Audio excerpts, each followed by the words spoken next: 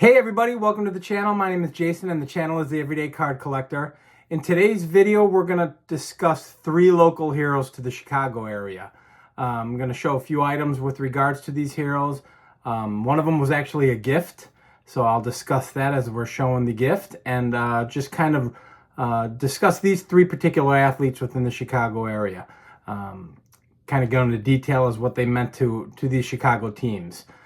So quick introduction, we'll just take a look at the items for each of these players, maybe educate a little bit on these 3 players if you're not familiar with them, and have a good time looking at some items.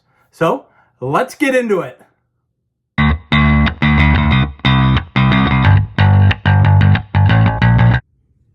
All right, guys, so we're going to go over 3 players that had significant impact on the Chicago area. They all kind of tie in together for one reason or another, and I'll go into that as we're discussing each one. The first one was a gift. My good friend Eddie from Eddie's Cardboard Chaos sent me a Christmas present, and I couldn't wait. I opened it. I don't open them up on camera, and I've already thanked him for it and reached out to him on the side. Eddie was one of my roommates in the frat house at the National, so we had 10 or 11 guys, and Eddie and I got to know each other at the National. I actually walked the floor a little bit together on one of the days. I think it might have been Thursday. Shared a couple cigars together and had a good time hanging out with each other. So Eddie, of course, this community is fantastic. Eddie was kind enough to send me a gift. He sent me this Christmas card to kind of go with the gift. I'm not getting that in full frame, but there we go. So he went ahead and sent me that card. Left me a note inside. And the card that he sent me is this. So cool, guys. So cool on many levels. I'll go ahead and read what Eddie said. Just a little something. No idea if this is your thing, but these are pretty hard to find. And I thought the picture was great. Thanks again for the cigars. Already counting the days to the National. Best wishes this holiday season to you and your family, Eddie. So I already talked to Eddie via text. This fits into my collection phenomenally. For several reasons. First and foremost, for those who know, I'm working on a White Sox Hall of Fame run where I want to get the first Playing Days card of that player in a White Sox uniform or their rookie card if they were a rookie with the White Sox. Ray Schulk happens to be one of those players. My criteria was you had to play for the White Sox for 5 years, a minimum of 5 years. So he falls into that criteria.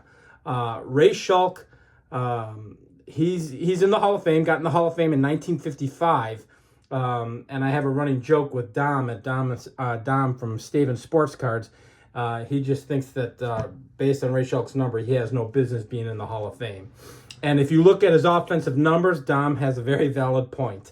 I kind of jotted some stuff down. He had a 253 batting average over an 18-year career, 11 home runs, 593 RBIs.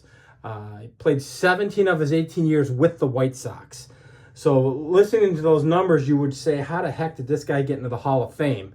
But he was, if you start to read his bio a little bit and get to know him a little bit more as a player, he was known or prominently known for his defense, and some consider him the greatest catcher of the dead ball era. It has been said that Babe Ruth even considered him the best catcher that he ever saw, or faced, I should say, that he ever faced. An actual comment, according to others who have done a little research, that came out of Babe Ruth's mouth himself. So I want a Playing Days card of Ray Schulk. I don't have one. The one I'm targeting is quite expensive. I'm targeting the 1915 Cracker Jack.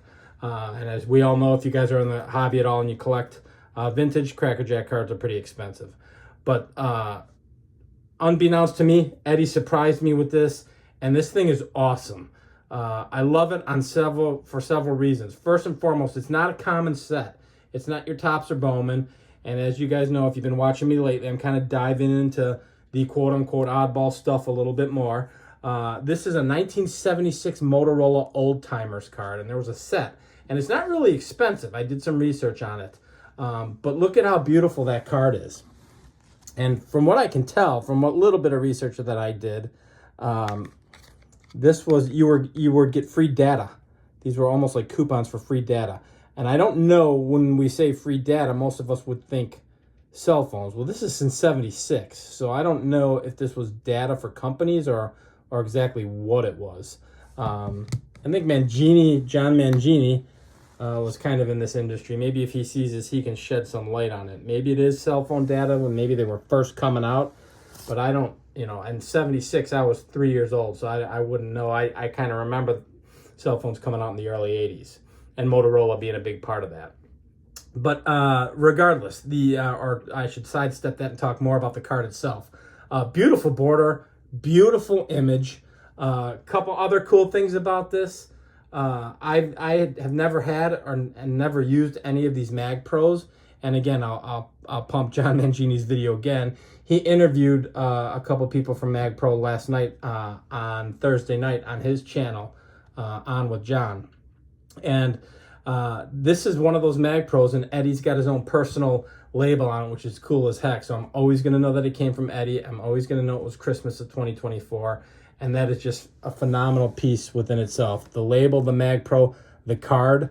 I don't think, based on Eddie writing what he wrote in his card to me, he said, I don't know how well this is going to fit in your collection. Just thought I'd take a stab. Well, you did fantastic. This is perfect for my collection. My first Ray Schulk card, period. I do want to get a Playing Days, but I'm going to have to save some money for that, and not a true priority. But, a defensive catcher from the dead ball era, played with the White Sox for 17 of his 18 years, played from 1912 to 1929, and a Hall of Famer. Whether you like it or not, Dom. A Hall of Famer. So definitely worthy of some local praise when it comes to players that people might not know. So that was the first one I wanted to show. The first item I wanted to show from my good friend Eddie. Thank you so much, Eddie. You are the best. We'll continue to chat via text, and as we get closer to the National, gear up to have a good time. The second player I wanted to show, we lost a great basketball player and probably one of the best basketball players in the Chicago Bulls organization. Bob Love passed away on November 18th, and I didn't even know that. I think I bought, I'll go ahead and show the card. I showed it not too long ago. I bought this Icy Bear at the Chicago Sports Spectacular. Unbeknownst to me, he passed away, and I think the Sports Spectacular was after the 18th, if I'm not mistaken, or it might have been, yeah, I'm pretty certain it was after the 18th. So the fact that I didn't even know that shocked me. So I wanted to pay a little homage to Bob Love, an actual absolute legend in the Chicago Bulls organization. Most people know the Jordans and the Pippins of the world. The Bulls weren't the greatest team in the world in the 70s, up into the 80s till Michael came around. But they had some really, really good players. And even before Bob Love, there were some good players. Norm Van Leer. You all probably know Jerry Sloan, obviously, coached the Utah Jazz for many years. But Bob is in the Ring of Honor for the Chicago Bulls. On the left is his rookie card. On the right is the 72-73 Icy Bear that I just recently bought. And I was actually upset at myself that I didn't even know he passed away. So I wanted to pay a little homage to Bob Love by showing these cards. An incredible player, overcame a lot of obstacles. Had a real bad stuttering problem, and that's why he didn't do interviews when he was early in his career.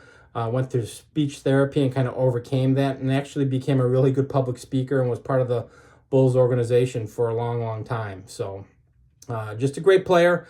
I didn't get to see him play. By the time I was watching basketball, it was the early Michael Jordan eras. I was 10 or 11 years old in Michael's rookie year. So, but if you look at his numbers and you talk to people locally, they'll tell you what a great player he was.